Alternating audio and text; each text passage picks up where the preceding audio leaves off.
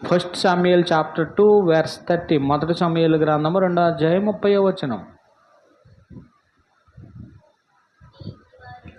నీ ఇంటి వారును నీ పితరుల ఇంటి వారును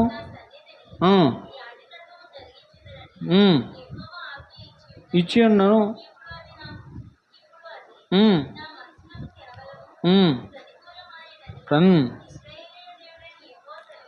చున్నాడు.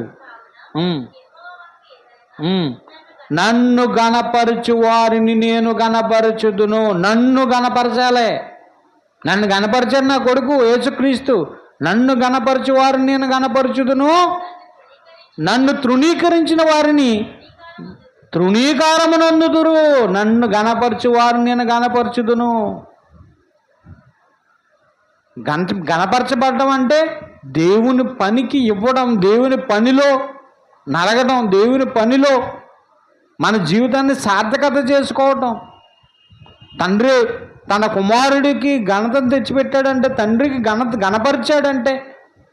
హన్నా జీవితంలో ఏం చేసిందండి? గొడ్రాలుగా ఉన్నప్పుడు ఏలీ దగ్గరికి వచ్చి ప్రార్థన చేసినప్పుడు, గర్భఫలం ఇచ్చినప్పుడు ఏం చేసింది? అంత కుమారుని దేవుడికి అర్పించి ఎవరిని కనపరిచిందండి? దేవునిని కనపరిచింది.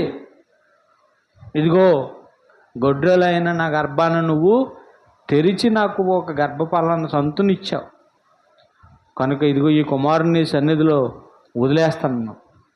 అందుకే ఈ రోజుకి కూడా హన్నా పేరును మనం తలుచుకున్నామంటే ఘనత ఎవరికే?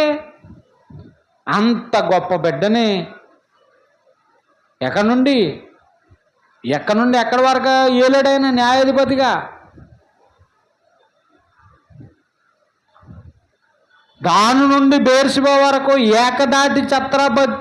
ఏకఛత్రాధిపత్యంగా న్యాయాధిపతిగా ఉండి అసలు సమూయేలు వస్తున్నప్పటికి వణికిపోయేవారు. అయ్యి బాబు ఆయన చేసేది ఏంటని. ఆయన మాట అండి, ఆయన వయసు, ఆయన మాట ఎవరినైనా నిలబెట్టేసేవాడు అలాగా. ఏంటని. అలాంటి ఆయన్ని కన్నా తల్లి సమూయేలును మనం గుర్తు చేసుకున్నప్పుడు వాళ్ళు ఎవరు గుర్తొస్తున్నారో? హన్నా ఘనత.